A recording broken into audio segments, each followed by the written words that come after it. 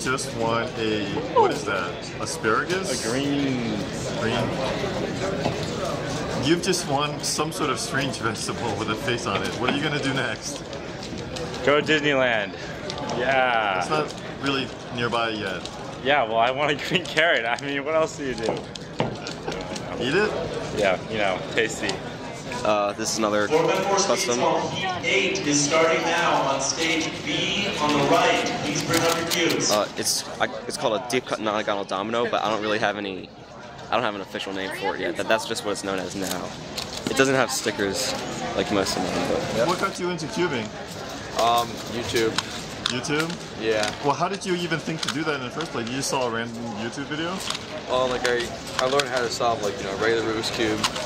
Not very fast, but just how to solve it. And then like realized there's like a huge community of like Rubik's Cubers on YouTube. So, and once I learned there's all these other puzzles, then we just got into it.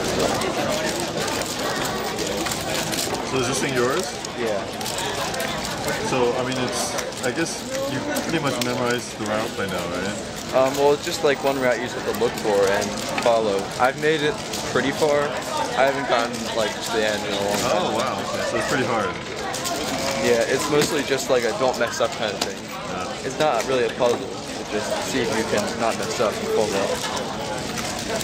Oh, I went to an arcade about 2 years ago. I did some of the games, got some prizes, and then I got this crappy 3x3 that was like, couldn't even turn, but yeah, that's kind of how it started. Oh, so then you were like, oh, how do I solve this? Yeah, and then I learned how. Cool. How about you? For me, I was just bored on summer day, and then we had this cube that was a $1 cube on the shelf, and I was like super bored, so. Yeah, I'm the proud father of a stick cuber. Yeah, we were just talking about how a lot of the kids here, they couldn't come here without the parents. 4x4 Speed Salt Heat 9 is starting. I don't think he could have made it here from Berkeley by himself. I don't think so either. Oh, that's Heat 9, by the way, Kevin. Heat 9. Sorry. That's for you. All right, good luck. And I'm going to do video.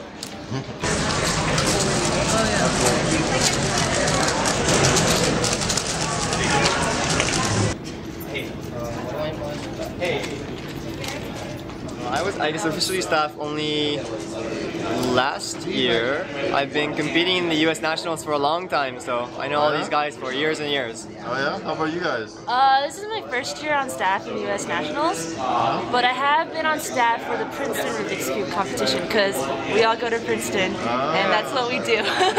You're the Princeton crew. Yeah, that's true.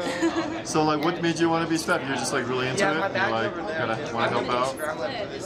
Being staff is fun. You watch all these little kids and big kids. Yeah. Having lots of fun. I see a few adults. There's an adult like kind of doing pretty well on the 4x4 blind. That was good. So, what's your favorite part of running these competitions? Favorite part of running the competitions? How has it changed your life? I don't know, it's the other way around. Cubing has changed my life, so I now give back to it. It's not that organizing it changes anything for me. At least I'm more interested in things like recording cubing history over the last 10 years, how the community's evolved, and it's nice to see every year how US Nationals come along, even though I've missed a couple in between. Okay, it's getting bigger every year? Oh yeah. So we started in 2004 in a dark auditorium in Caltech. And that was just Tyson and the original Caltech crew doing their thing, and now it's a huge deal. Alright, I'll leave you to it. Alright. I was doing a 100% run of Legend of Zelda Wind Waker.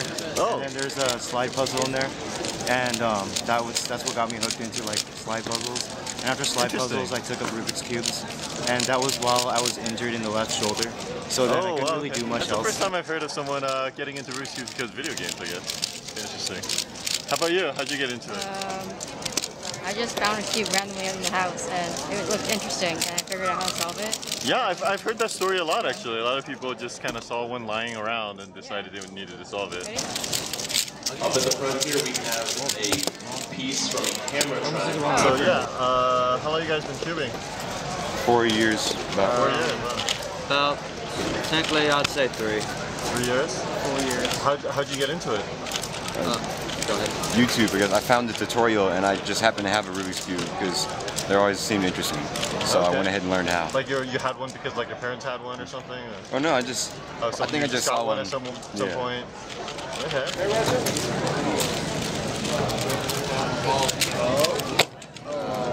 That was close. That was really close. You remember my interview yesterday? I learned how to solve it now.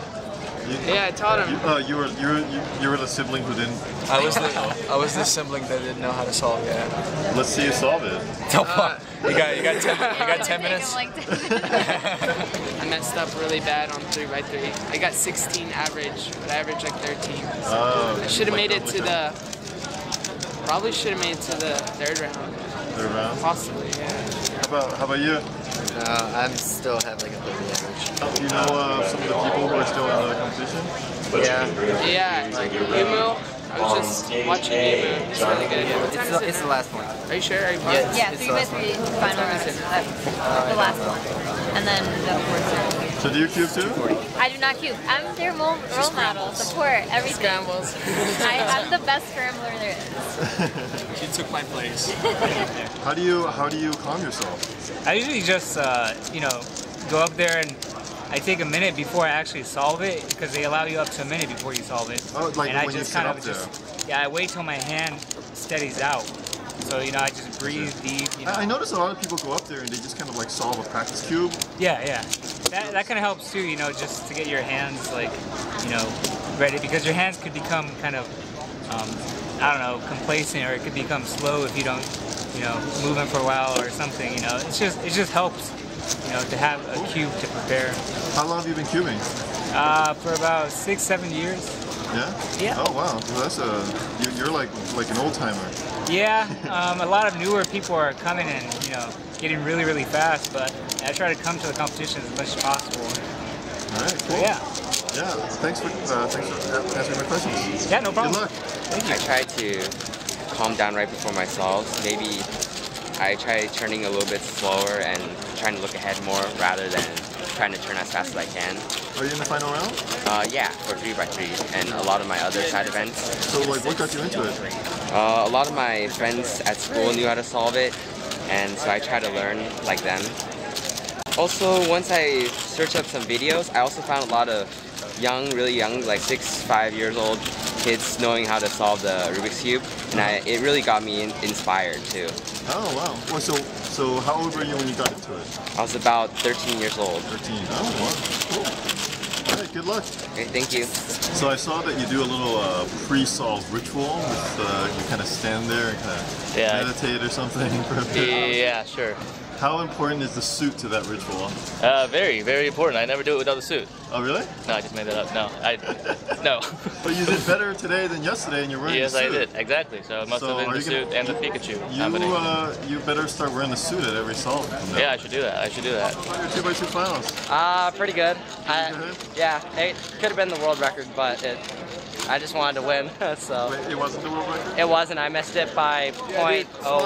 Smile. Oh, nice. So it was close. Yeah. Smile. Smile next to it. Yeah. But yeah, it was a good final. I enjoyed it. Yeah. So who had the world final before? World record. Oh, world record. Yeah. The guy who currently holds it is Felix Zemdegs, and he lives in Australia. Oh, he's not here? No, he's not here.